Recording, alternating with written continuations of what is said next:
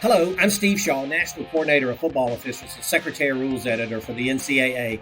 And today we're continuing our series of preseason training videos for 2023, and we're going to be focused on unsportsmanlike conduct fouls. Now, it's so important for the look of our game and game flow that we handle unsportsmanlike conduct very well.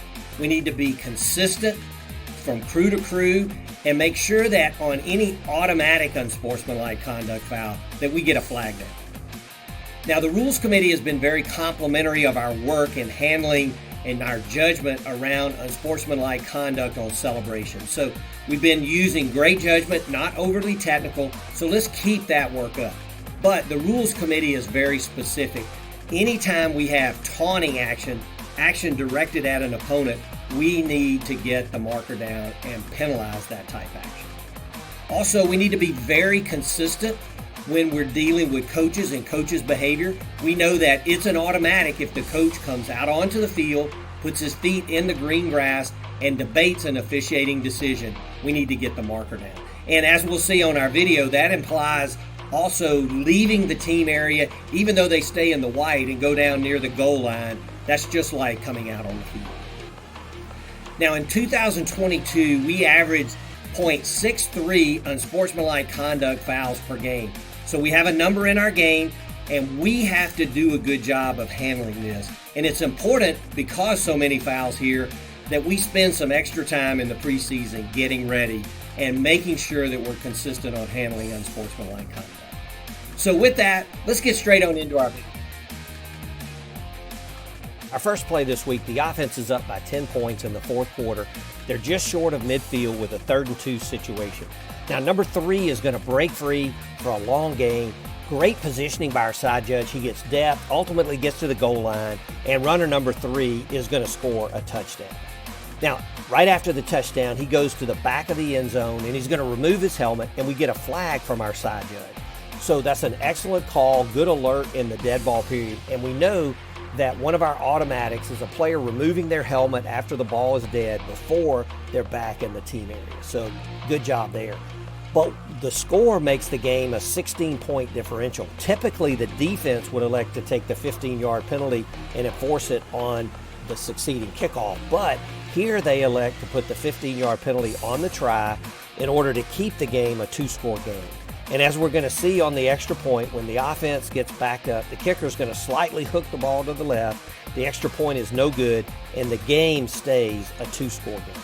So this is a good job of positioning by our side judge, a good call for unsportsmanlike conduct, and an excellent job of administering this enforcement. Play 2, we're going to stay with automatic unsportsmanlike conduct fouls and helmets off. So the offense, they're going to throw a long pass down the boundary to the pylon, and the ball's going to be intercepted by number 10 of the defense. Now, the side judge is in excellent position, great concentration here, and a good call of touchback. Now, number 10 starts to celebrate with teammates. That's all good, but we're going to see number 20, he comes down from the team area with no helmet, and he's going to chest bump with number 10 right near the goal line at the boundary. And so this falls into our list of automatic unsportsmanlike conduct fouls, and we need to get a marker down on these type plays. Let's all stay alert as a crew in the dead ball period, especially when we have a situation where a team may begin to celebrate. Play 3, the offense has 3rd and 4. The quarterback, he takes the snap, he gets pressure almost immediately, and he's going to be sacked by number 10. Now, we see number 10, he gets up from the sack, and he performs a nose wipe. Now, we know that a throat slash here would be an automatic unsportsmanlike conduct foul, but a nose wipe is not an automatic UNS, and it would only be a UNS if it were directed at the opponent in a taunting fashion. And this was not, so a good no call. And finally, from the end zone camera, we see number 10, he beats his blocker, and he did go high to the quarterback for the sack, but he kept his head up and out of the play. And even though we would consider the quarterback defenseless when the contact occurs, number 10 wrapped up on the quarterback without forcible contact to the quarterback's head, maybe no contact to the quarterback's head. So this was a good play all around. Play 4, we're going to look at another automatic unsportsmanlike act. Now the offense faces 4th and 1. The quarterback fakes to number 36, the motion man, rolls to his left, and he's going to throw to the end zone where number 9 makes the catch for a touchdown. So after the catch, number 9 gets up and he spikes the ball. Now, this is a quality spike and clearly worthy of an unsportsmanlike conduct foul, and it's really one of our automatics. We get 2 flags down here. That's very good. One from our headline judge, one from our side judge. So excellent job, again, staying alert in the dead ball period. This is an easy call, but these are the things that can lead to issues in our game if we don't step up and take care of business. So good job here. Play 5, we're late in the third quarter in a very chippy game. The offense is going to run to the left for a short gain, and we get some extracurricular activity. And the crew does a good job to separate players, but then we're going to see number 64, he goes back in, and ultimately we get a flag from our umpire for unsportsmanlike conduct against number 64. Now we get a good announcement by our referee. After the play was over, unsportsmanlike conduct, offense number 64. That is his second unsportsmanlike conduct of the ball game. He is disqualified, ejected from the ball game. 15-yard penalty, 3rd down. And as we look at the dead ball action by 64, not only was this a good call for unsportsmanlike conduct by our umpire, but the umpire did his best to prevent this action from even happening. Now, this was the second unsportsmanlike conduct foul for number 64, and he's ejected. So good job by the referee correcting, not disqualified like we have with targeting, where a player can stay in the team area. When you're ejected, the player must leave the team area, and we can see number 64 being escorted out. So this is a good job by the crew on working to keep the game in check, and the rule helps by ejecting players that are multiple offenders.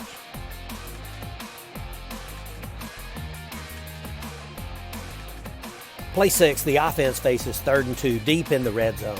And we see that the offense drives for a first down, and then the head coach is out of the team box. He's actually inside the 10-yard line and is giving an earful to our official.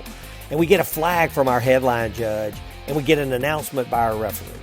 After the play, unsportsmanlike conduct charged to the Tennessee head coach, his first of the game, 15-yard penalty, it'll be 1st and goal. So it's a good announcement. And one of our points of emphasis is that if a coach comes out onto the field of play to debate an officiating decision, and that would include going out of the team area down the boundary like we see here inside the 10, we should get the marker down. Now, 2 points of note. First, let's get the marker out, but with a lot less emotion. It looks like we're angry here or excited.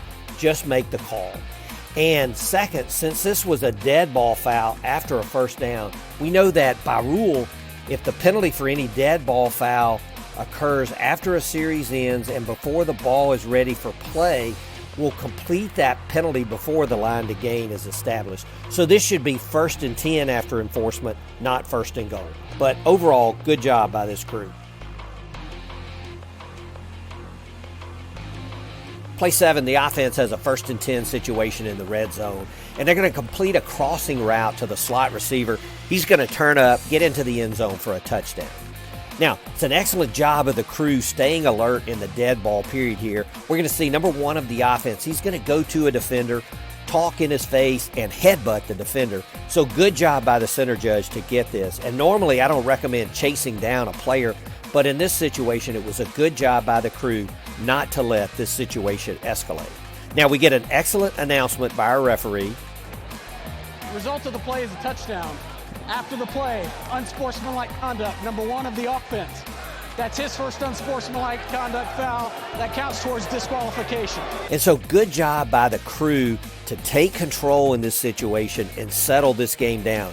There was some pre-game issues, and the crew really did a nice job managing this game. Our last play this week, we get a long throw down the boundary that's going to be incomplete. And then we get 2 actions by the defenders. The cover corner 0 is going to raise his finger and direct his actions at the receiver. And then the safety, number 12, comes over and taunts directly to the receiver. The field judge gets a marker down for taunting, and the foul was reported on number 12 for this action directed at the receiver. Now we look back at the low end zone behind the defense, and this is a good no call for pass interference, as both players, the defender and receiver, are both looking up, playing the ball, and the antics by Zero maybe could be overlooked, talked to because it was directed toward the receiver.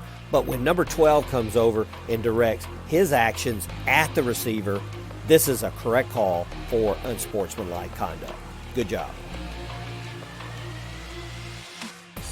Well, that's it for our video. And as we can see, it is so important that we properly handle unsportsmanlike acts to maintain control of our game.